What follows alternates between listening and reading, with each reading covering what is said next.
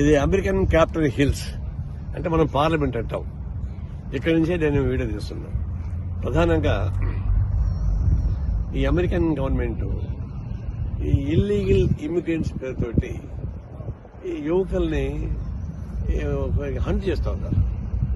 జంతువులు వేటాడినట్టుగా, క్రిమినల్స్ వేటాడినట్టుగా వేటాడుతున్నారు. మీ illegal immigrants మనం ఏమీ సపోర్ట్ చేయడం లేదు. ట్రంప్ ప్రకటించిన వెంటనే భారతదేశ ప్రభుత్వం ఇల్లీగల్ ఇమిగ్రెంట్స్ మీరు పంపించంటే మేము తీసుకుంటామని చెప్పారు కదా, అపోజ్ చేయలే.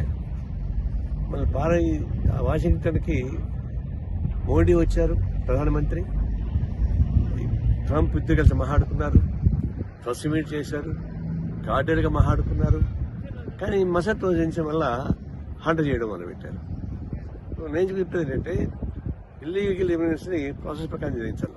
వాళ్ళని ఫైన్ మార్నింగ్ వచ్చిన వాళ్ళు కాదు, వాళ్ళు డికేట్స్ వచ్చారు. వాళ్ళు పడడానికి కావాల్సిన టైం ఇచ్చి కావాల్సిన చర్యలు తీసుకోకుండా జంతువులు వేటాడితే యువకులు కదా వాళ్ళంతా డిస్టర్బ్ అయిపోతారు. లైఫ్ అంతా డిస్టర్బ్ అయిపోతుంది. ఆ ప్రకారం క్రూరత్వంతో కాకుండా మంచిగా చేయమని చెప్పి మేము కోరుతున్నాం.